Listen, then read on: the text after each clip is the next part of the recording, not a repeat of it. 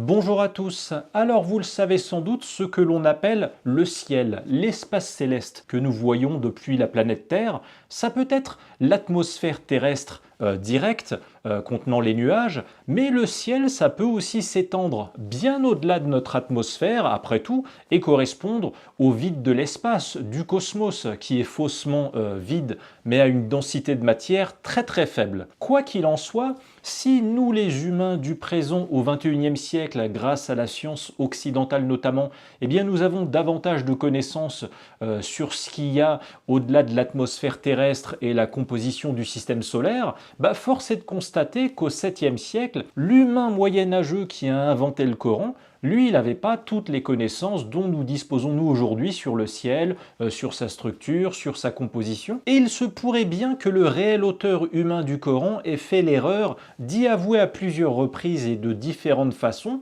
que pour lui, le ciel qui voyait au-dessus de sa tête, eh bien c'était littéralement un objet solide. C'est le sujet dont nous allons parler aujourd'hui dans cette vidéo intitulée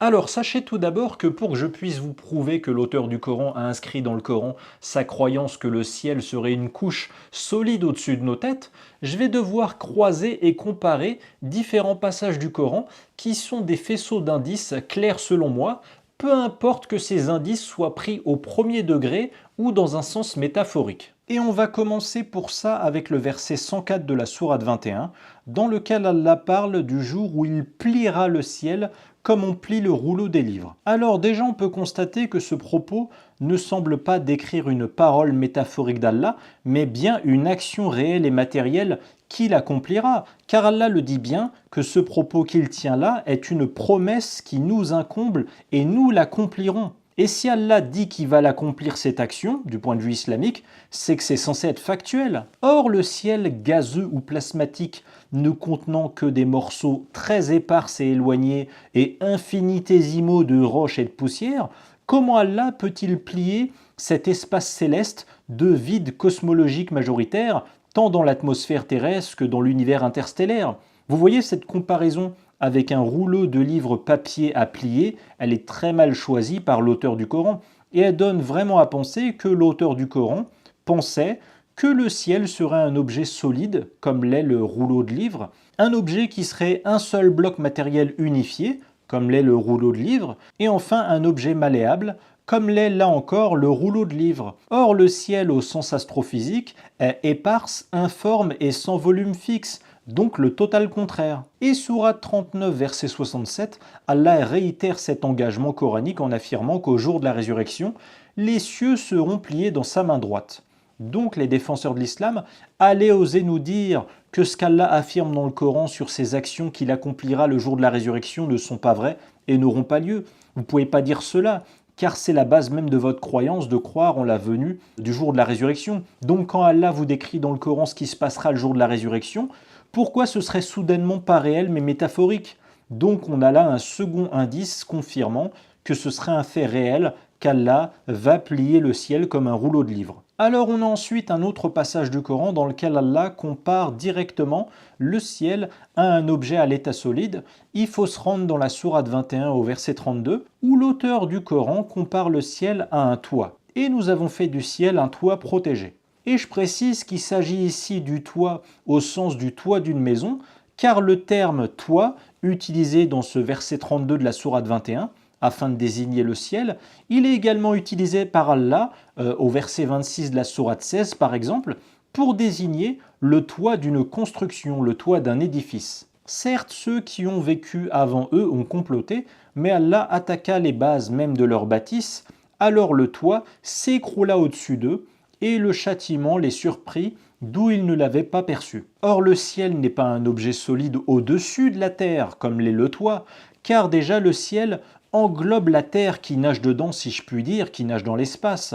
Donc déjà la comparaison d'Allah qui dit que le ciel est un toit, c'est une façon indirecte pour Allah d'avouer qu'il pense que le ciel est dans une seule direction par rapport à la terre, à savoir au-dessus de la terre, ce qui valide indirectement la croyance en une terre plate dont le ciel ne surmonterait qu'une seule des deux faces de façon verticale. Et je rappelle aussi que comme Allah a dit que rien que le seul ciel le plus bas comprend les étoiles, on part du principe que le ciel servant de toit à la Terre serait potentiellement tout l'univers contenant les étoiles, ce qui est grotesque et disproportionné. Parce que, en comparant le ciel à un toit, Allah donne l'impression de surestimer la taille et l'importance de la Terre par rapport à l'univers, car l'édifice terrestre représente au mieux 0,0000000000001% de la largeur de l'univers observable, alors que son toit céleste contenant les étoiles, il représenterait donc 99,9999999%. Donc même symboliquement dans son choix de vocabulaire, en disant que le ciel est un toit, Allah avoue centraliser l'univers sur la terre, dont le ciel ne serait qu'un toit posé par-dessus. Or, dans la réalité, l'univers étoilé immensément démesuré y contient une minuscule poussière de poussière terrestre noyée dedans. Par ailleurs, sourate 69, du verset 15 au verset 17, l'auteur du Coran affirme que le ciel a des bords sur lesquels les anges se tiendront, mais aussi que le ciel se fendra. Ce jour-là, alors l'événement se produira, et le ciel se fendra, et ce jour-là sera fragile. Et les anges seront sur ses bords, et ce jour-là, 8 porteront au-dessus d'eux le trône de ton Seigneur. Donc vous voyez, l'idée de bord du ciel, comme on parlerait par exemple de bord d'une planche de bois ou de bord d'un toit, eh bien ça accrédite l'idée que pour Allah le ciel sera un objet solide, de même que l'idée de fendre le ciel. Ça c'est vraiment un très gros indice qui prouve qu'Allah croit que le ciel est un objet solide, car on fend évidemment un objet solide.